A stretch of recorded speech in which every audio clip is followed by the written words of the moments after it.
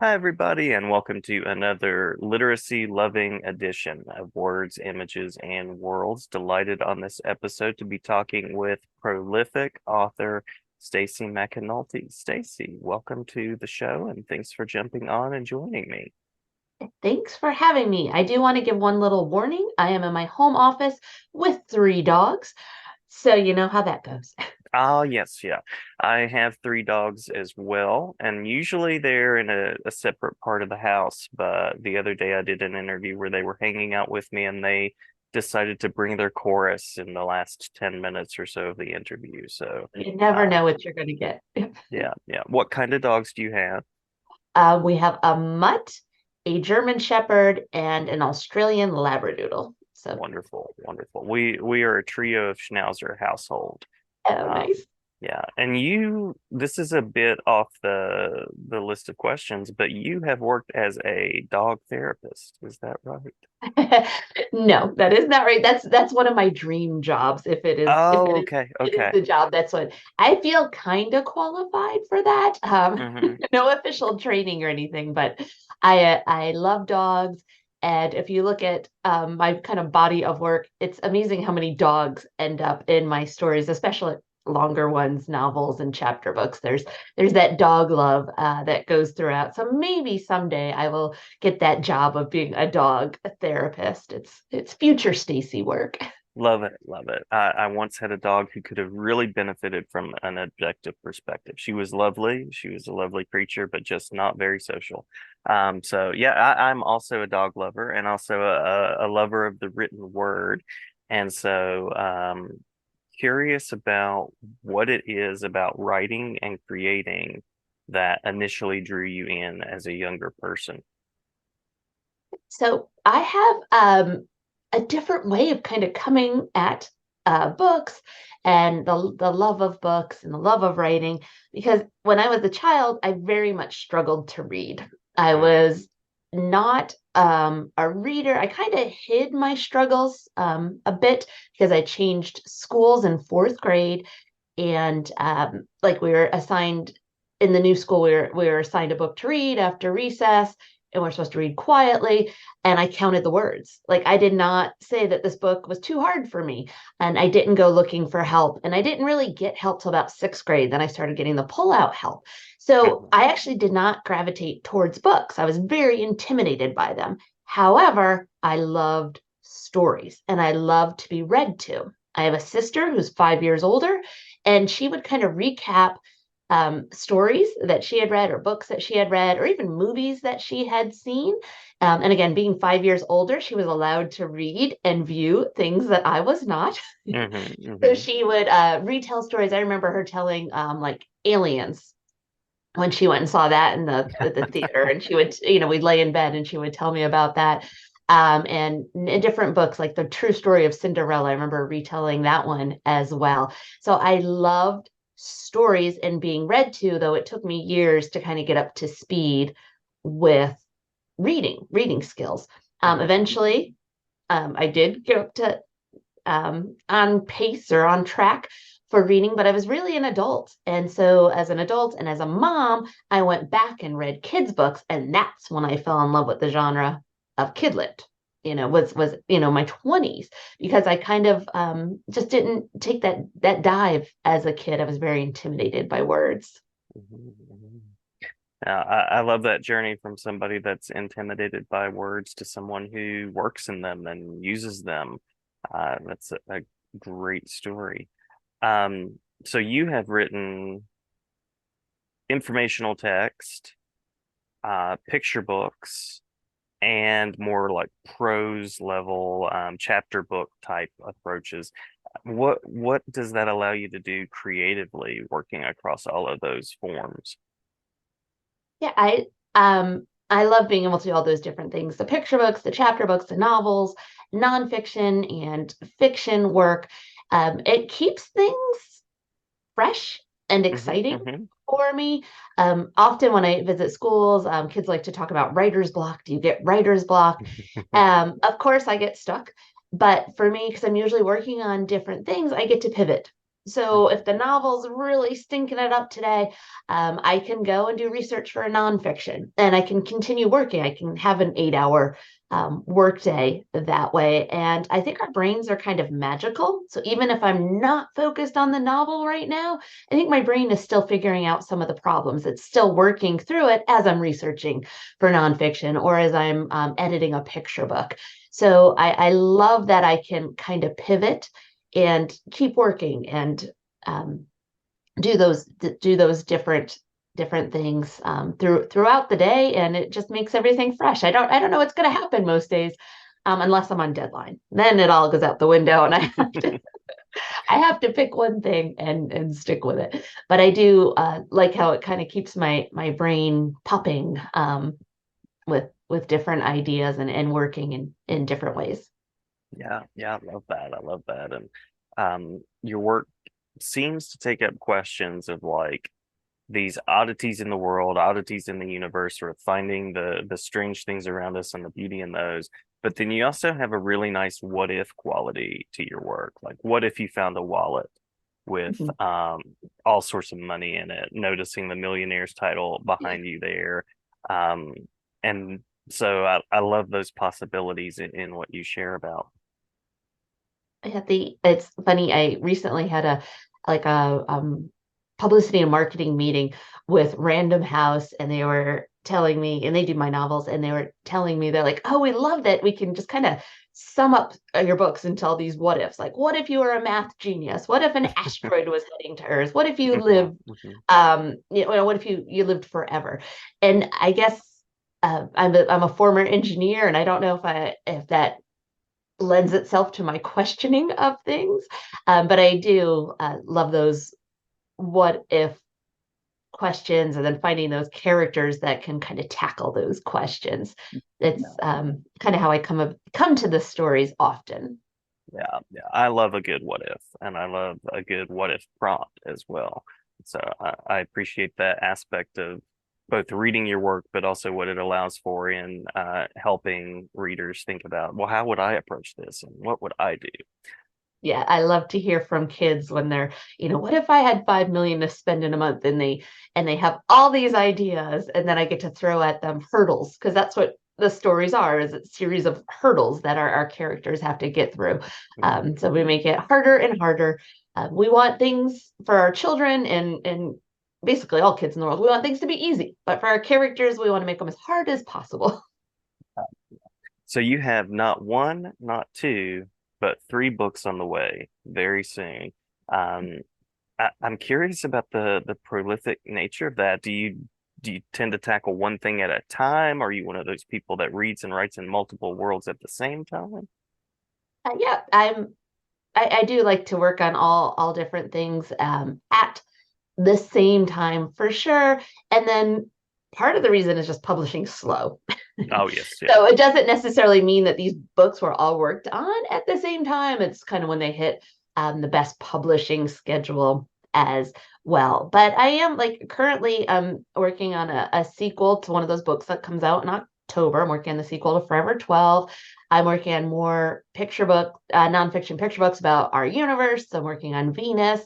So there are different things going on. Also, when you have three books coming out, there's a lot of marketing going on. So I'm Yes. creating those different aspects, newsletters and social media and things like that as well. So the job is not just sit down and write. There's different stages that must be tackled that depending on the where we are in the publishing cycle.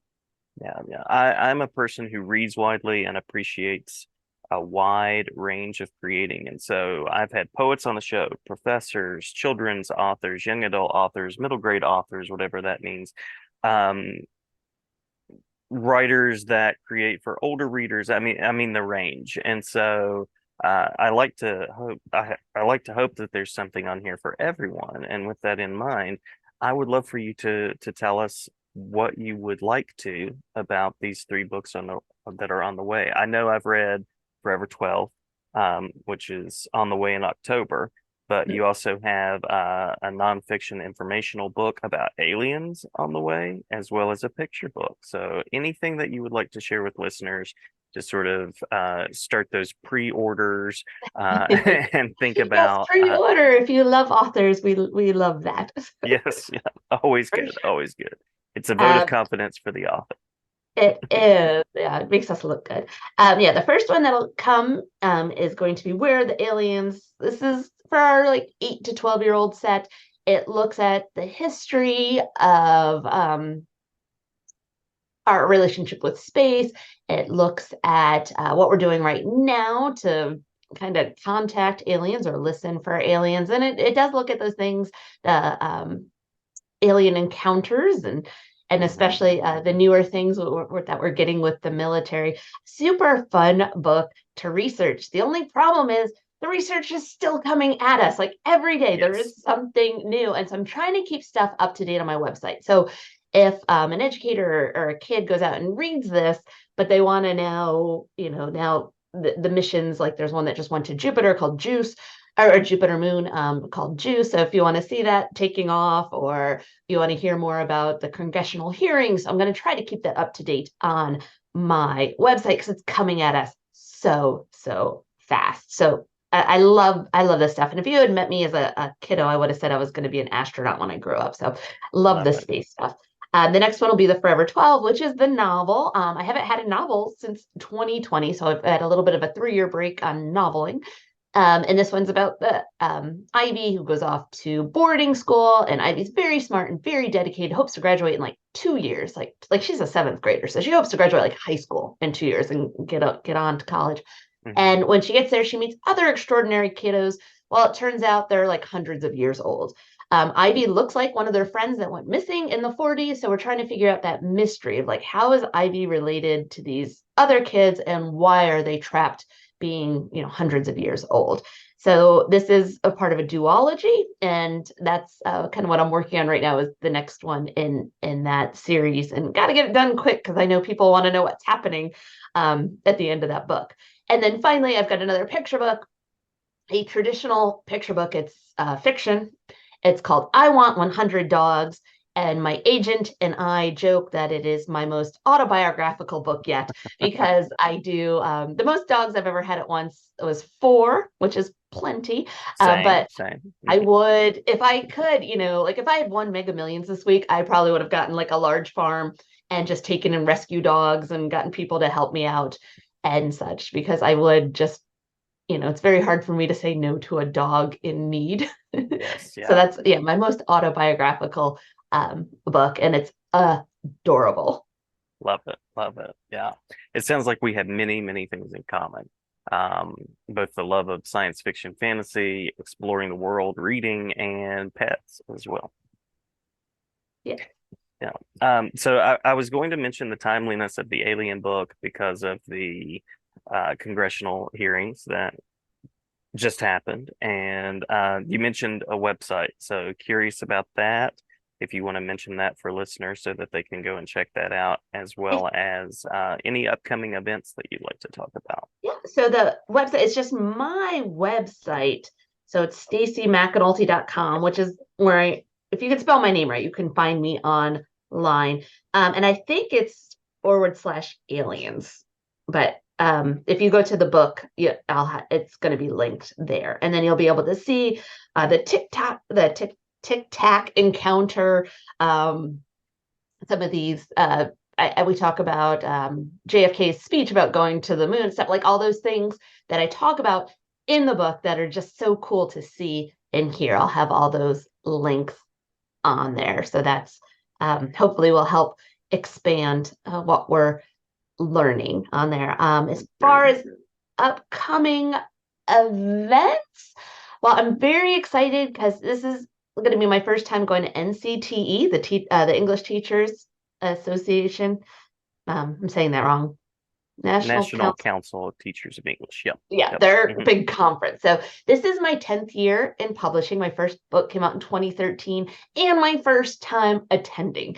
So I am thrilled about that. I think I have 3 panels. Again, I do so many different things. So I've got, nonfiction for the younger kids, stuff talking about climate change, which is a little bit with one of my older books, and then middle grade novels. So I'm very excited for that. I've got another festival that I will be at in October, but I don't think it's been announced yet, so I don't think I'm allowed to say. Gotcha, gotcha. I will not mention it. I will not Yeah, and mention I actually, most of my traveling is doing school visits. Last year, between January and May, I visited 31 schools, which was super awesome. I love a captive audience. They can't leave, they're stuck in the auditorium with it. me. Hmm. And because I do, picture books and the chapter books and the novels, I could talk to the pre-K kiddos up to like seventh grade. So I love that, and we're setting up some of those this year as well. So that's where I get to make most of my connections, which is a lot of fun. Fantastic, fantastic. And I'm betting that there's a way to engage with author visits on your website as well. Is that the There case? is. Yep. Yep. There's the author visit link there as well. Yep. Great, Yeah, I great. try to throw everything on my website. I will apologize. There's probably a lot of spelling mistakes because like no one's editing my website, but I do try to dump a lot of information on there Hey, to try hey, to hey. stay connected with readers. We all need copy editors. It's a whole thing. Oh, It's a whole thing. they're Um, the best. I don't. They're miracle workers for me. Same. Likewise here. I've heard wonderful things about NCTE, so I hope to attend in the near future as Oh, have well. you not been either? I haven't. I've done the online hub thing that was going Okay. on in the pandemic, but AMLE used to be my conference because of being a middle school teacher, and I've done some of the college teacherly researcher conference things, but looking forward to checking out NCTE sometime soon. Yes, that's what I've been a I member feel for like. a while. I was gonna say I just assumed you went because I felt like everybody's been and I haven't. It's one of those things you see online. It's like everybody's gone. So I felt like the only kid who hadn't been there yet. But yeah, so we'll see. I'm excited. I've been to ALA, the Library Association, one Hmm. before, which is Hmm. always so great. Yeah. Well, I'll also mention before we close, Forever 12 is your first sort of science fiction, fantasy oriented work. And I just also appreciate that you continue to explore new worlds, new possibilities. You might hear the Star Trek theme right now somewhere. I appreciate that when authors can be both prolific, but also continuing to expand the range of what you share about. So, sending appreciation for that as well. Oh, well, thank you. It's very interesting because sometimes when us authors get together, we talk about like, should you have a brand? Should you just keep writing in one area? That's what readers might be looking for. But I think Mhm. it's more fun to Yes. try different things. And you talk about reading widely. I'm the same way. I'm reading stuff for adults. I'm reading romance. I'm reading young adults and middle grade, and I read a lot of nonfiction. So and if for people that are big TV watchers, you're probably not watching all of, just all comedy. There's other dramas and series. So I do like to mix it up, and hopefully readers will appreciate that as well. Absolutely. Absolutely. Well, thank you for your time. Did we miss anything that you want to make sure to share? No, just thank you so much for having me. I really appreciate this. My pleasure. My pleasure. Thanks for saying yes. And thanks for a wonderful talk. Thank you.